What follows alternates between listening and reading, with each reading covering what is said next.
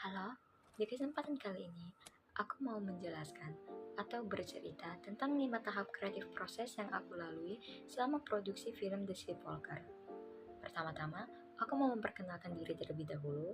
Nama aku Casey Doria Selumita Katihokang. Aku menjabat sebagai art director dalam film The Sleepwalker. Sedikit penjelasan tentang film The Sleepwalker. Film The Sleepwalker ini diproduksi oleh production house Treasure Studio yang bergenre action dan menceritakan tentang seorang ayah yang merupakan mantan tentara yang ingin membalaskan dendamnya kepada pembunuh dari anaknya. Tahap pertama dari creative process adalah preparation stage, di mana hal pertama yang aku lakukan begitu memasuki tahap pre-production adalah melakukan tahap pertama dari 4 tahap desain, yaitu membaca dan menganalisis skrip.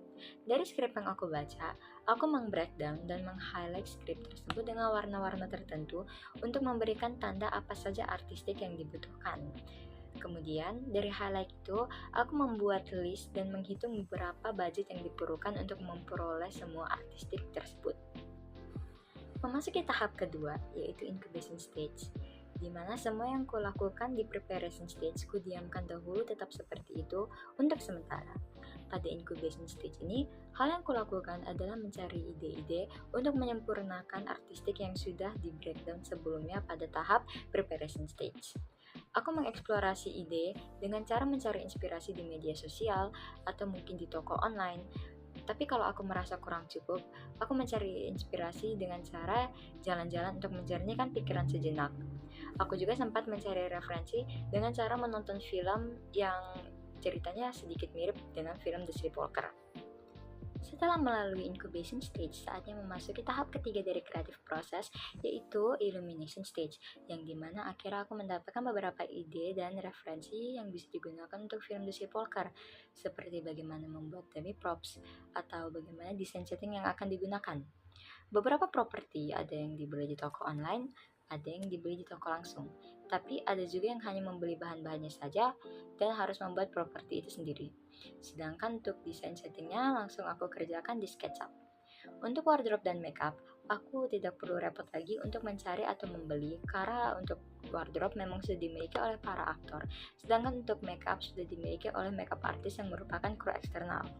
Tapi tetap ada yang harus aku beli untuk memperbagus kualitas visual film. Meskipun aku tidak begitu sibuk dengan wardrobe dan makeup, aku tetap memastikan wardrobe dan makeup yang digunakan sudah sesuai. Memasuki evaluation stage.